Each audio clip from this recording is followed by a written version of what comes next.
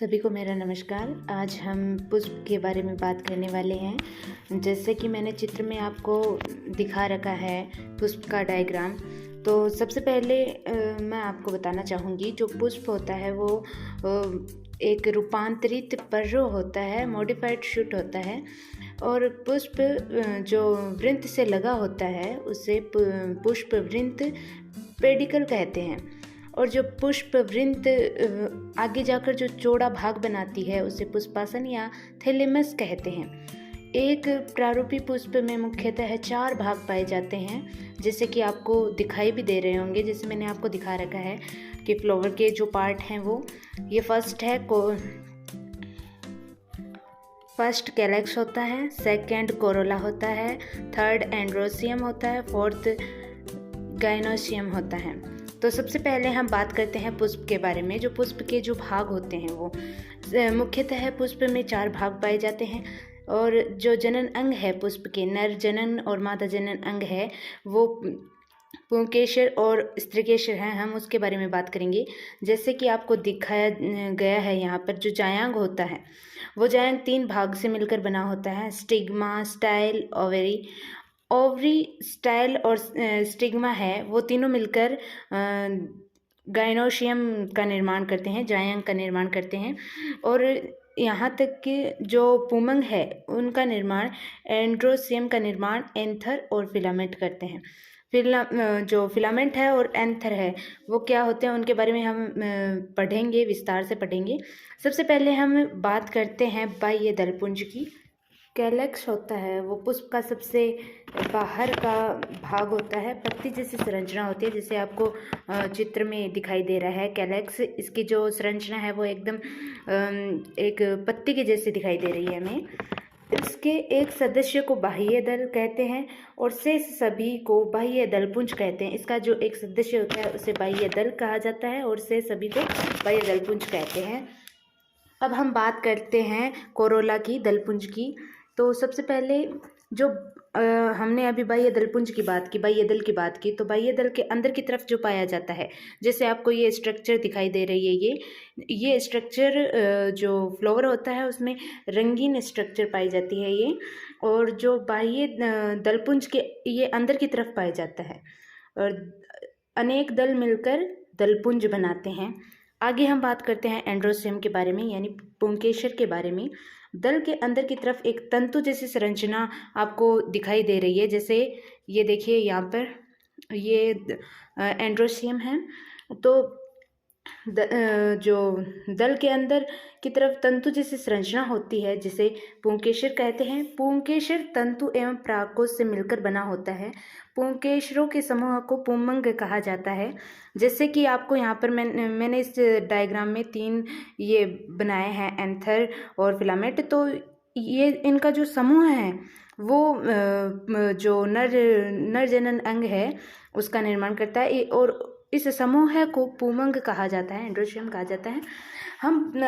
जब हम एंड्रोसियम की बात करते हैं तो एंड्रोसियम लगभग 3 भाग से मिलकर बना होता है।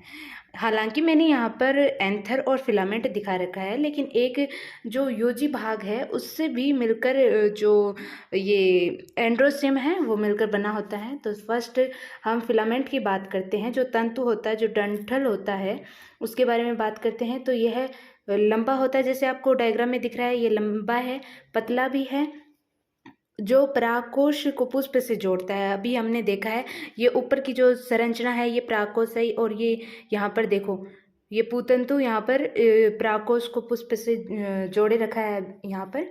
अब हम बात करते हैं एंथर की, जो परागकोश होता है उसकी। यह तंतु के शीर्ष भाग पर स्थित होता है। यह 2 पालियों में बटा होता है, जैसे मैंने डायग्राम में यहाँ पर आपको स्पष्ट दिखाई दे रहा होगा। यहाँ पर देखिए, ये देखिए यहाँ पर 2 पालियाँ, एक तो नीचे की तरफ है और एक ऊपर की तरफ है। ये 2 पालियों में बंटा होता है। परागकोश को लघुबीजाणु धानी भी कहते हैं। आगे हम जब चैप्टर में आगे बढ़ेंगे तब हम लघुबीजाणु धानी के बारे में विस्तार से जानेंगे कि क्या होती है लघुबीजाणु धानी। अभी हम आगे बढ़ते हैं। परागकोश की दोनों पालियों में 4 लघु बीजाणु धानियाँ पाई जाती है। जब हम इसकी टीएस काटते हैं परागकोश की, तो इसमें 2 ऊपर की तरफ पाई जाती है, 2 नीचे की तरफ, तो टोटल 4 हो गई ना। तो 4 लघु बीजाणु धानियाँ पाई जाती है जिनमें लघु बीजाणु या परागकण पाए जाते हैं। हमने अभी तक पढ़ा है कि जो परागकण है वो स्त्री के शरीर के वर्तिकाग्र पर गिरते हैं, निषेचन होता है। तो वो जो परागकण है वो लघु बीजाणु धानी के अंदर पाए जाते हैं। आगे हम लघु बीजाणु धानी जब पढ़ेंगे तब हम विस्तार से जानेंगे परागकण कैसे बनते हैं, कैसे इनकी संरचना होती है। और तीसरा जो भाग होता है एंड्रोस्टियम का, वो होता है योजी कनेक्टिव। यह परागकोश की दोनों पालियों को जोड़ता है। यह बंध्य ऊतक है। जो ये योजी ऊतक होता है ये बंध्य होता है। अब हम बात करते हैं गायनोशियम की।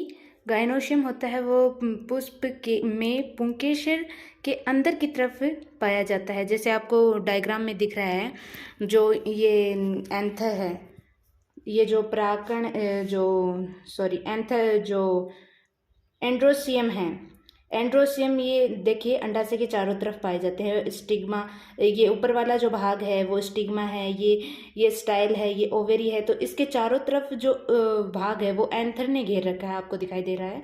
तो एंथर के अंदर की तरफ है वो गायनोशियम पाया जाता है। यह मादा जनन अंग है और यह 3, जैसे अभी मैंने बताया है, स्टिग्मा, स्टाइल, ओवेरी, ये 3 भाग से मिलकर बना होता है और अंडाशय में जनन की प्रक्रिया होती है। बाह्य दल व दलपुंज सहायक जनन अंग है।